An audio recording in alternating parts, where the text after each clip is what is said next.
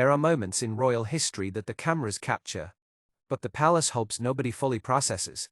A look, a gesture, a decision made in full public view, that carries a meaning so loaded, so deliberate, so impossible to misread, that no press office in the world can spin it away. This was one of those moments. At a royal event that the entire world was watching, William did something to Camilla that she will never forget. Not behind closed doors. Not in a private sitting room, with no witnesses, in front of everyone. And the message he sent, without a single word, was the loudest thing he has ever said. Welcome to Northwire, subscribe now. The event. Royal events are theatre. Every element carefully choreographed. Every position deliberately assigned. Every interaction managed to within an inch of its life by teams of advisors, protocol officers, and communication specialists whose entire job is to ensure that nothing happens by accident. Nothing is ever accidental at a royal event, which is exactly why what William did was so devastating. Because when something happens at a royal event that breaks the choreography, that disrupts the carefully managed flow of who stands where, who acknowledges whom, who receives the formal gestures of royal recognition, and who does not, it is never an accident. It is a choice, and William's choice made in full view of cameras, of royal guests, of the kind of assembled audience that ensures a moment will be seen, discussed, and remembered, was the choice of a man who had decided that the time for private signals was over. He was done with corridors and sitting rooms and quiet conversations that the palace could contain. He was going to say this where everyone could see it. What William did, sources close to those present at the event describe what happened with a consistency that makes the picture very clear. The royal family assembled, the formal procession, the careful ordering of who walks with whom, who stands where, whose presence is formally acknowledged by the future king. William moved through the room with the ease of a man, completely in control of every choice he was making. He greeted, he acknowledged, he extended the warmth and engagement that those who know him say is genuine, not performed. William has Diana's gift for making the person in front of him feel genuinely seen, and then he reached Camilla, and he kept moving, not dramatically, not with the kind of obvious, theatrical snub that would have generated immediate headlines and given the palace something to manage and explain. Something far more precise than that, a fractional pause, a look that lasted exactly long enough to be unmistakable, a choice about physical space and formal acknowledgement that anyone who understands royal protocol, and everyone in that room understood royal protocol, would read instantly. He did not extend the greeting he had extended to others. He did not give her the moment of formal recognition that her position as queen entitled her to expect. He moved past her, in front of everyone, as if she was simply not the person he needed to acknowledge. The room noticed. The ripple that went through the assembled guests was immediate, not loud, not the kind of gasp that generates immediately footage. Royal crowds do not gasp. They are too trained, too aware of the cameras, too conditioned to maintain composure regardless of what they are witnessing. But the stillness, the fractional pause in the room's ambient noise, the way eyes moved without heads turning, the quality of attention that shifted from the past, kind of polite, managed attention that royal events generate to something sharper, more focused, more genuinely electric. Everyone noticed. Camilla noticed. Sources describe her expression in the moment as one of the most carefully controlled things they have ever seen a human being produce, because Camilla is extraordinarily skilled at composure, at the management of her face and her body language in situations that would break most people. But there are limits to what even 30 years of practiced composure can conceal.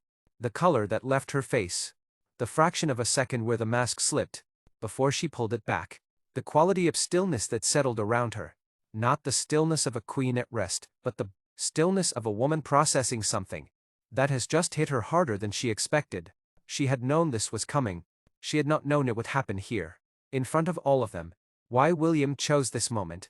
This is the question that royal watchers have been asking since the event. Why here? Why now? Why in public, in front of cameras, in a setting that guaranteed the moment would be captured and discussed and remembered? William had options. He had already demonstrated his willingness to act through private channels, the portrait, the estate, The confrontation in the sitting room, the quiet removal of Camilla's family's access. He did not need to do this publicly. He chose to. And those close to William say the choice was entirely deliberate. That it reflected a calculation he had been making for some time. That private signals, however powerful, however clearly understood by those inside the institution, are containable. The palace is very good at containing things that happen behind closed doors. But a public moment, a moment that exists on camera, in the memory of everyone present, in the reporting of people who are watching, cannot be contained. It becomes part of the record, and William, who spent his entire adult life watching the palace manage and contain and carefully redirect the record, decided to create something unmanageable, a moment that no press office could reframe, no spokesperson could contextualize, no carefully worded statement could make it mean something other than what it meant. He chose public because public is permanent, and permanence is exactly what he was after. The palace's response, the palace response to what happened was exactly what those who know this institution would have predicted. Silence, not the silence of an institution caught off guard. The silence of one that has made a very deliberate calculation about which response causes the least damage. Because the options available to the palace were all bad, they could issue a statement explaining that nothing unusual had occurred, which would draw more attention to what had clearly occurred. They could attempt to reframe the moment as a misunderstanding of royal protocol, which would insult the intelligence of everyone who witnessed it and understood perfectly what they were seeing.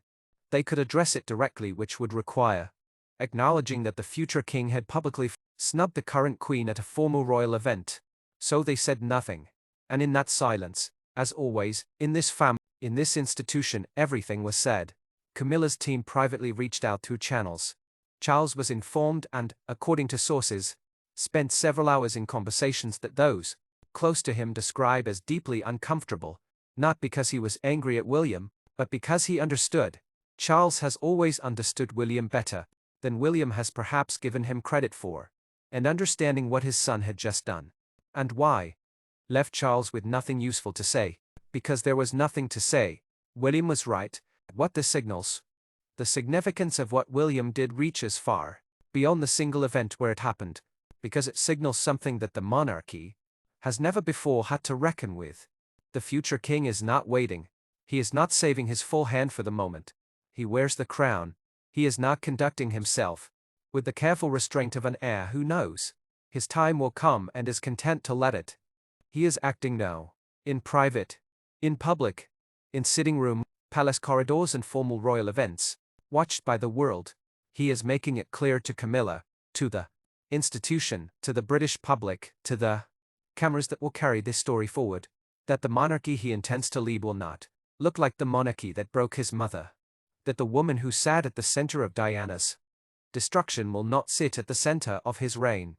That there is a cost to what was done, and that cost is being paid now, not when Charles is gone, not when William finally wears the crown, not in some carefully managed future moment designed to minimize damage, now in public, on the record, where it cannot be contained, where it cannot be archived or managed or quietly redirected into a footnote, where Diana's son is visible, unafraid, where the world can see exactly who he is and what he stands for.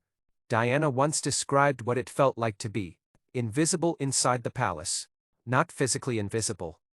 She was the most photographed woman on earth. Invisibility of the physical kind was something she never experienced, but institutionally invisible, the way the palace could look directly at her, suffering, and choose not to see it, choose not to act on it, choose to move past her needs and her pain and her desperate requests for help, as if she was simply not the person who needed to be acknowledged. She described it in private, in letters, in the conversations she had with the people she trusted, the feeling of being looked through, of watching the institution move past you, as if you were not the person who mattered. William took that feeling, the specific, devastating, institutional feeling that Diana lived with for years, and he gave it back, in front of everyone, to the person who sat at the center of it. He moved past Camilla the way the palace once moved past Diana, with precision, with awareness, with the full understanding of what the gesture meant, and what it would feel like to receive it. It was not cruelty. It was memory. It was a son who watched his mother be looked through for years. Finally, publicly, uncontainably. Looking through the person responsible, Diana asked for so little. To be seen, to be acknowledged, to have her place in this family recognized by the institution that spent years pretending. She wasn't there.